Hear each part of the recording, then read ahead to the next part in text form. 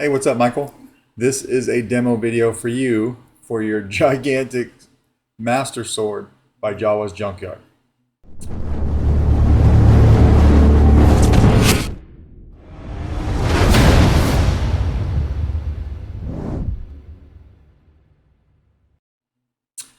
This is the Legend of Zelda sword, obviously, right? There's no mistaking that. Machined from aluminum. This upper piece is solid aluminum, so it is a very heavy boy. It's a one-button saber, so your one switch is right there, and it controls everything, okay?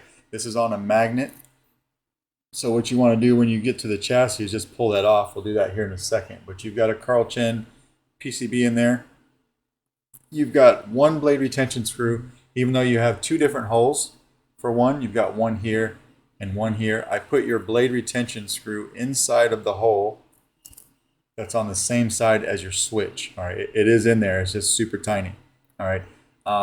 This kit came with a leather wrap, so I put the leather wrap on there for you. So I hope you like the way that came out.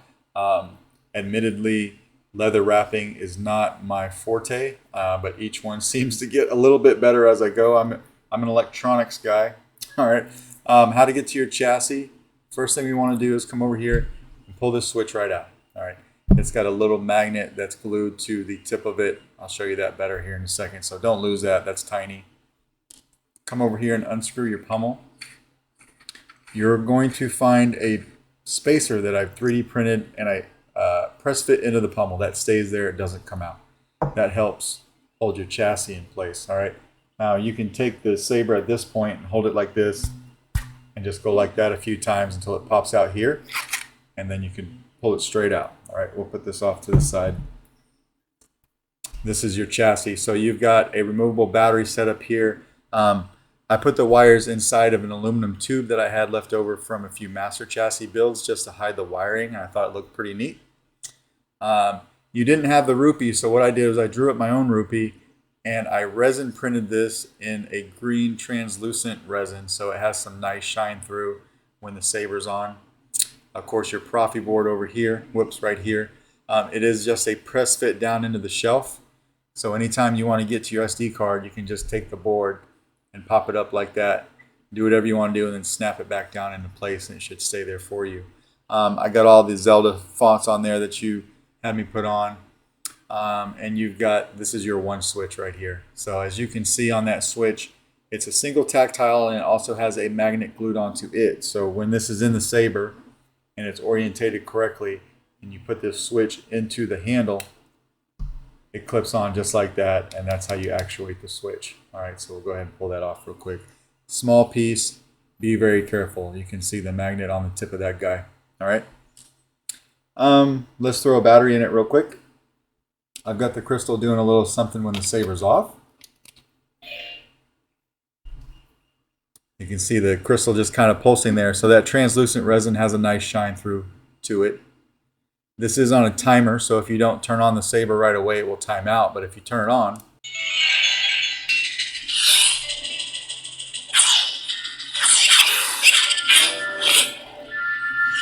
LEDs on your PCB are firing up.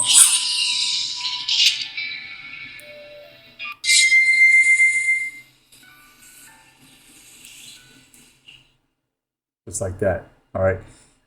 When we want to put this in the saber, we're going to have to match this switch with the small hole that's in the saber, and it can be kind of hard to do. You've got that tiny little hole right there next to my pinky where the switch goes.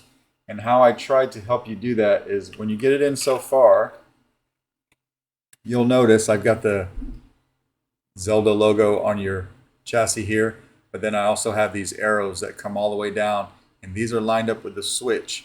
So as you're pushing it in, you want to make sure that these arrows are perfectly lined up with this hole, which they aren't right now, right? So like this, that helps you push it in. So let me do that real quick and then I'll show you what I mean. Never push on the speaker. This is a 22mm Smoker's Outpost Nano Elite speaker, by the way. Never push on the speaker drum.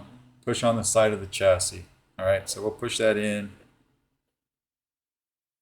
If you don't get it on your first attempt, just be patient with it and try it again. After you do it 2 or 3 times, it's pretty easy to do. when you get it lined up, you'll see the magnet from that switch right there in the hole, so it's good to go. Then we can take our pommel, screw in our pommel, tighten it all the way down. It's going to lock that chassis in place. And lastly, we can come over here and take our blue switch that's got the magnet on it and throw it right in that hole, and it will find its home, lock onto that switch, and then we can turn it on.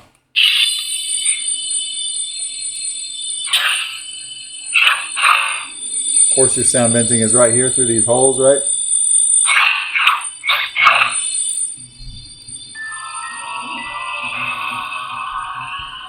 You got some nice shine through in your jewels.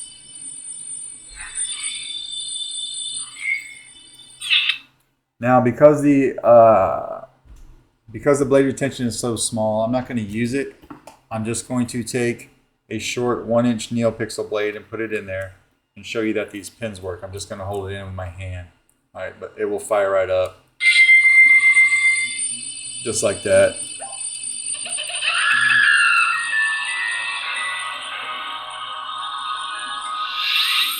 Now, of course, you can use a regular 1-inch diameter Neopixel blade, or if you went and you bought the special blade for this guy, you know, it would look even better. To switch sound fonts, what you want to do is do a long press on the power when the saber's off. Another sound font, right?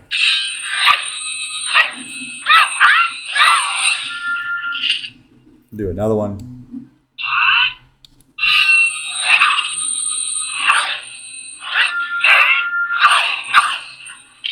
You've got your Breath of the Wild sound font. I believe there's an adult Link, a young Link, the Ocarina of Time sound font. And there's one more because there were 5 of them.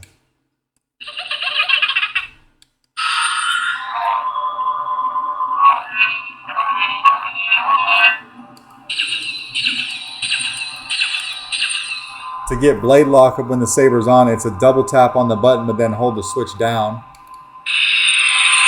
You can hear your blade lock up and then let go, right? And to play your soundtracks, it's a quick double tap when the saber's off. Just like that, all right?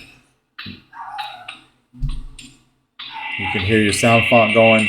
When you want to turn it off, it's also a quick double tap and it turns it off.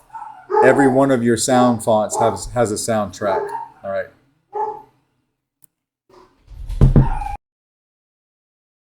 And then when we're done, we just want to take the battery out. So again, we'll come over here.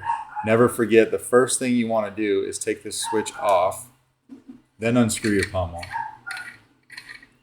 If you don't want to hold this in your hand and beat it up against the other hand, you can just gently take your finger through the emitter, pop the chassis out just like that, and it comes right out. All right. And from here, you can come over here from the positive side of the battery by your speaker and pop your battery out. And that is pretty much your Master Sword.